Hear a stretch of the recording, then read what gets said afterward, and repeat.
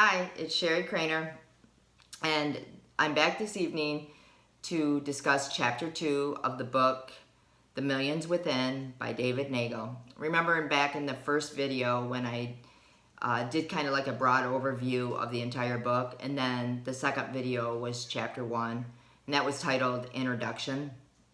Well, the title of Chapter 2 for this evening is Understanding Who You Are. And by the way, just so you know, I do have my notes here that I'm going to be looking at from time to time. And oh, if you could click on the subscribe button, I would really appreciate that as well. So, moving forward, the author, David Neagle, defines success as a state of being from which you must make your own choices. He differentiated his definition of success from that definition, which is often used to mean achievements, riches, status, or property, or the accumulation of property, like material type things. The author then goes on to make the statement that we are born with both a purpose and a means to be a success in that purpose. He then examined the definition of who you are. Who a person is often confused with who they are being, what they are thinking, how they're acting, their job, and their title. These, the author states, are external factors, and you are none of these. Based on a study of spiritual traditions, a person is defined by 4 truths. The first truth being, first and foremost, we are spiritual beings, which is, like energy. Number 2, we are emotional beings. In fact, we are conditioned to be led around, basically by our emotions. And then number 3 is each of us are gifted with an intellect, meaning we can think and we can reason. And the last truth is we have physical bodies, meaning we are spiritual beings living in physical bodies. A direct quote of fundamentally spiritual beings, we are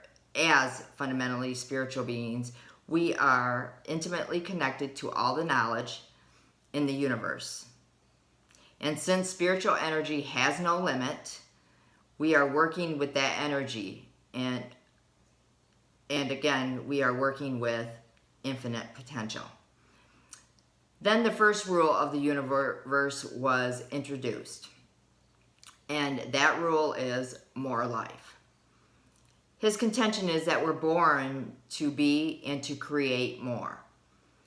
That can mean more life, more houses, more laughter, more food, more trips to more places, and even more ideas. However, if you buy into the idea that life and success are difficult, then you will manifest more pain, more lack, more sickness, more allergies, more debt, more frustration, and, generally more misery. This concept is extremely, and it's, important. The point is, if you're not getting the results that you so desire to get in life, if you are lacking anything, there is something simply wrong about your approach to success in rule number 1. Now, there are 2 common misunderstandings about success, and these are, like I said, very common. Misunderstanding number 1, believing that success lies in the future, that it is something to be strived for or a destination to reach. That's misunderstanding number 1. Misunderstanding number 2 is believing that success, whether in money, business, relationships, or any other area of life, is something a person needs to go out and get. Those are very common misunderstandings. People are looking for success in the wrong place. It is a fundamental attribute of human nature that if you're unsuccessful in your search for anything for long enough, you'll just finally and basically give up. And since people are indeed looking for success in the wrong places, most people do just throw in the towel.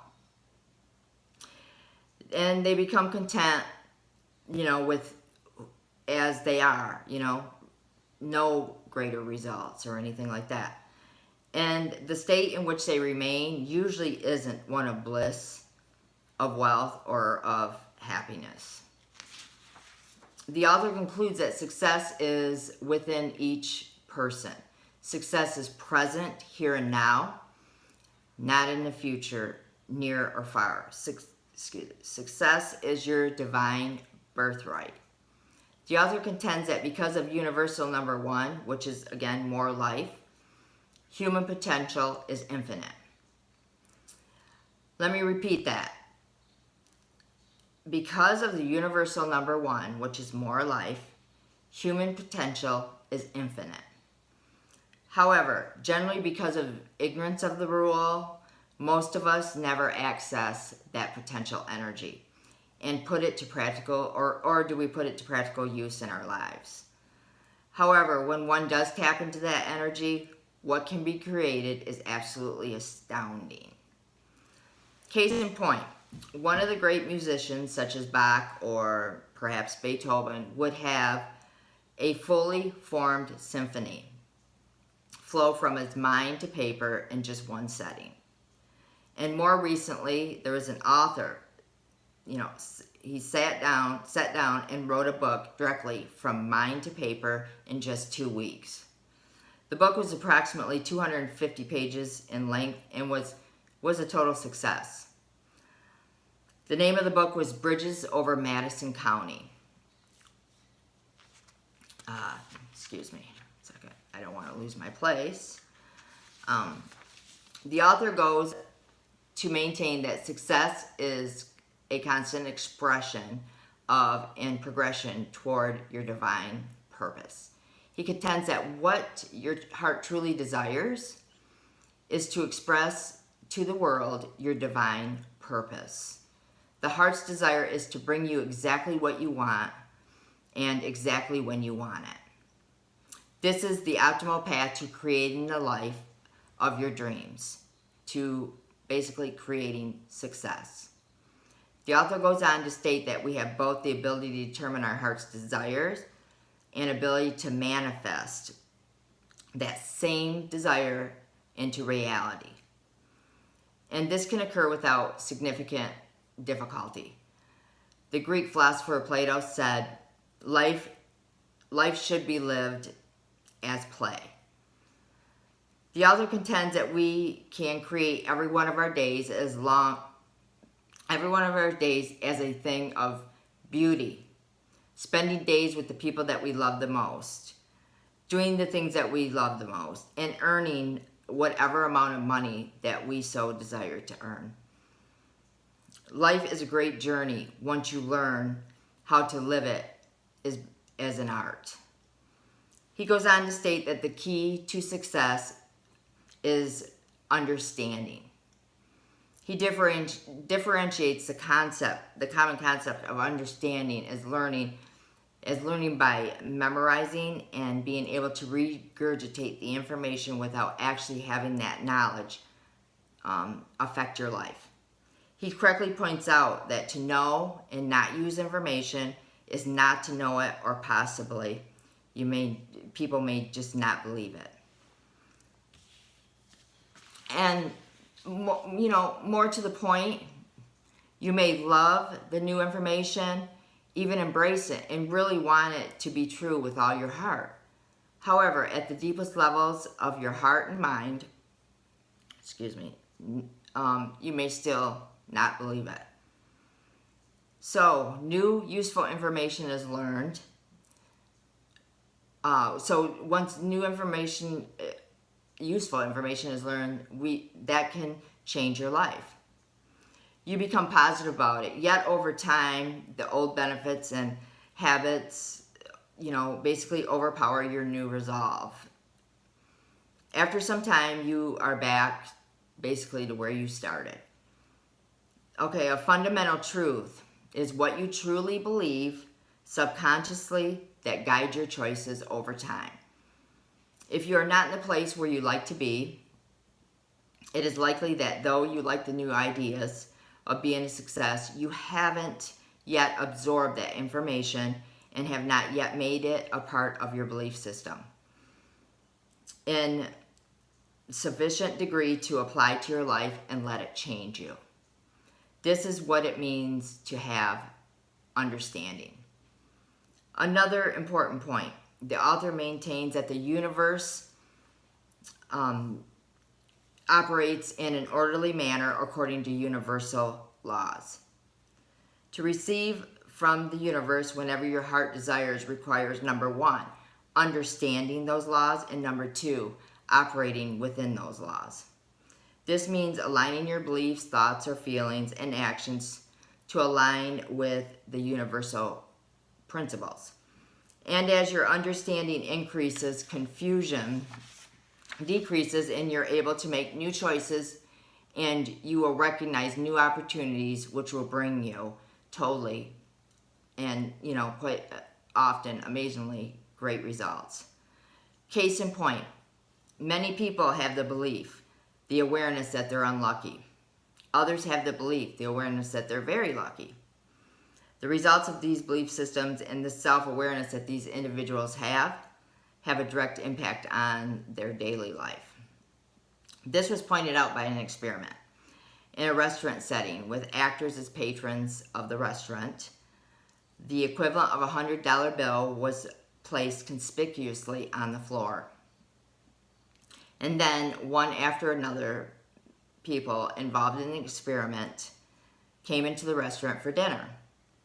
Those who identified with being unlucky noted the money on the floor infrequently. Yet people who considered themselves as being lucky noticed the abandoned money much more often.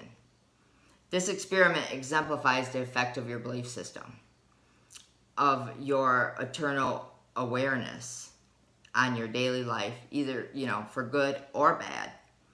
This experiment demonstrates why some people who believe they can't don't, and those who believe they can do. Once one has the understanding that success is within us and is aware that success is within us, the results are incredible. The power can't be unleashed without understanding and incorporating the awareness within one's core. The examples of the lucky person that I just discussed in the experiment demonstrates that awareness, or what, basically awareness is. A person who owns one's awareness, they are lucky, indeed lucky, and see positives, where people who doesn't own one's awareness, they are unlucky and they see nothing. In summary, what your heart truly desires can be manifested because success is already within us. If one knows this and is aware of it, success is basically a piece of cake. The problem is determining what your heart truly desires. Finding out the answer to that question, what your heart truly desires, will have to wait until the next chapter, which will be chapter 3. This concludes chapter 2 of the book, The Millions Within by David Neagle. I truly hope that you received lots of value from this video, and if you did, please, if you could, like, share, comment, and click on the subscribe button. Don't forget to turn on your notifications so you'll be notified of the upcoming chapters of this book and for other videos on, a variety of topics.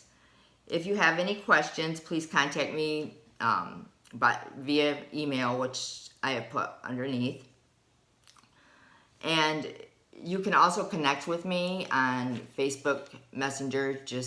There's a link underneath as well for that. And if you want to know, basically more about what I do here online, connect with me on Facebook Messenger, again, at that link provided. I want to thank you, and I hope you have a great evening.